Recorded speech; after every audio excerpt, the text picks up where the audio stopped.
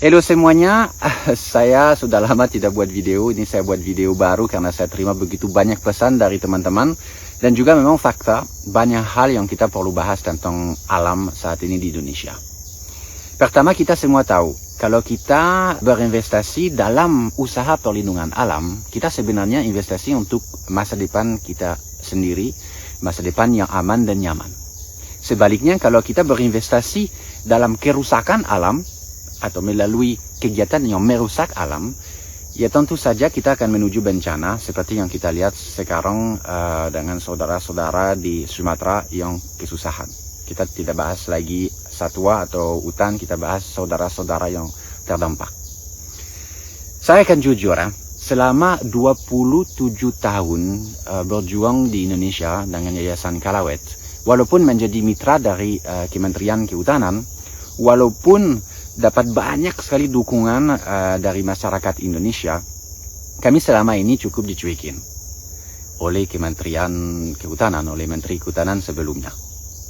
Jangankan hanya dicuekin, selama 9 tahun terakhir di masa jabatan Menteri yang sebelumnya, 9 tahun, kami tidak hanya dicuekin, kami ditekan, perizinan kami tidak diperpanjang. Dan bahkan kami dibatasi atau kami dilarang post di media sosial hal-hal yang tidak disukai oleh kementerian tentang konservasi. Gawat ya. Jadi dialog antara Kalawet atau NGO, karena tidak hanya Kalawet, dan Kementerian Kehutanan pada saat itu hampir terputus. Tidak jalan sama sekali sebenarnya.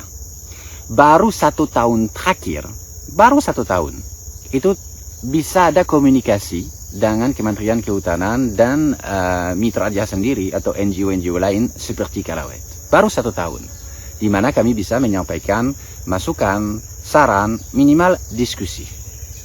Dan baru kemarin Pak Menteri Kehutanan datang ke sini, dan itu menjadi momentum di mana beliau mau mendengarkan secara langsung masukan, saran, sudut pandang dari Kalawet tentang situasi alam di sini. Tetapi masukan juga tentang strategi untuk melindungi misalnya kawasan konservasi, menggunakan pesawat ringan misalnya. Saya ajak pun beliau terbang untuk melihat dari atas lubang batu bara yang tidak direklamasi di mana-mana, sawit yang tumbuh di kawasan hutan.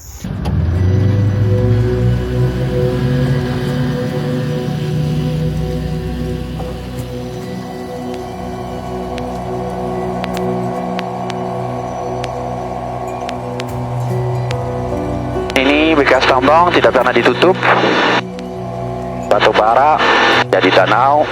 Jadi secara alaminya orang hutan hanya ada di sebelah sini Sungai Barito. Secara alaminya tidak pernah ada di sebelah kiri. Oke. Ini harus dipertahankan ya. Betul.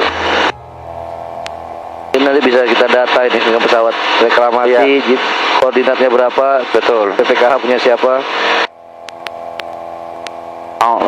Mayoritas Pak di sini nggak direklamasi. Yang satu direklamasi tapi tidak ditanam, cuma ditutup begini karena batas dengan kawasan kami. Itu ranger-rangernya yang lakukan patroli. Oke. Di sini penuh orang hutan Pak. Tapi seperti yang danau itu yang ini ya? Danau itu yang punya masyarakat itu, yang kita ceritain itu. Pesawat bisa turun di situ. Ada pulau hutannya ini. Habis itu kita melihat di depan semua sawit Pak. Yang PT yang Papa bilang tadi malam mungkin ilegal karena di hutan produksi dan APK. Itu yang di depan. Jadi sana Sungai Barito, sawit semua di sana yang menjadi barier, yang menjadi satwanya terkurung. Nah, hutan yang sekunder itu karena terbakar di 2015 ada 400 hektar. Ya. Kami udah bebasin juga, dan disitulah pakai pesawat yang kami lempar buah segala itu untuk membantu regenerasi buah dan biji-bijian. Sudah ada perubahan belum?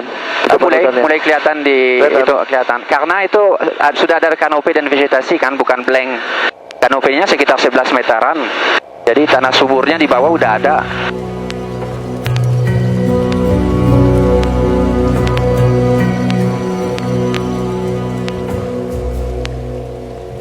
Jadi beliau bisa melihat dengan jelas dan kita juga bisa diskusi dengan dasar yang sangat jelas. Ini komunikasi sesuatu yang terserang juga pertama kali terjadi selama saya di Indonesia. Baru kali ini secara buka-bukaan antara empat mata bicara jujur situasi di lapangan dengan seorang menteri kehutanan untuk bahas bagaimana ke depannya.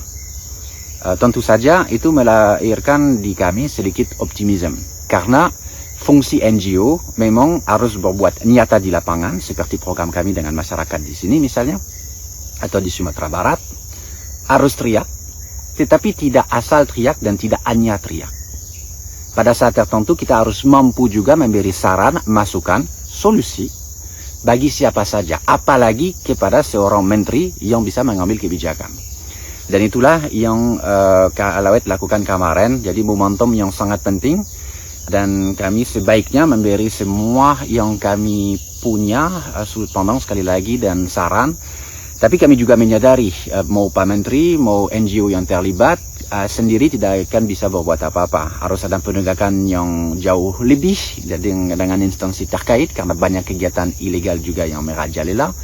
Dan juga ada kebijakan, harus ada juga dari Presiden pun hal-hal yang mungkin dapat dirubah kalau kita memang fokus dan nomor satu menjadi alam kita di Indonesia yang kita harus lestarikan. Tapi untuk pertama kalilah dapat dibahas secara terbuka, dan itu sekali lagi sesuatu yang saya rasa waktu itu perlu saya sampaikan karena itu update penting, belum pernah terjadi sebelumnya.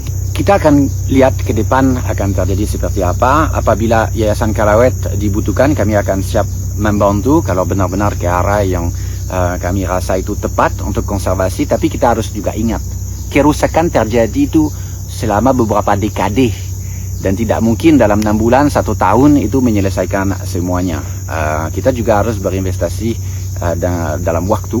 Yayasan Kak Alawet akan terus memberi saran, masukan kepada siapa saja yang mau dengar, mengingatkan pihak tertentu juga tentang pentingnya kita saat ini menjaga alam hutan tersisa untuk generasi-generasi mendatang. Saya rasa alam sudah cukup mengingatkan kita akhir-akhir ini. Ya, demikian update dari saya, karena itu sekali lagi itu pertama kali jadi dalam sejarah Kak Alawet. Saya merasa waktu itu penting banget sama share sama kalian semua.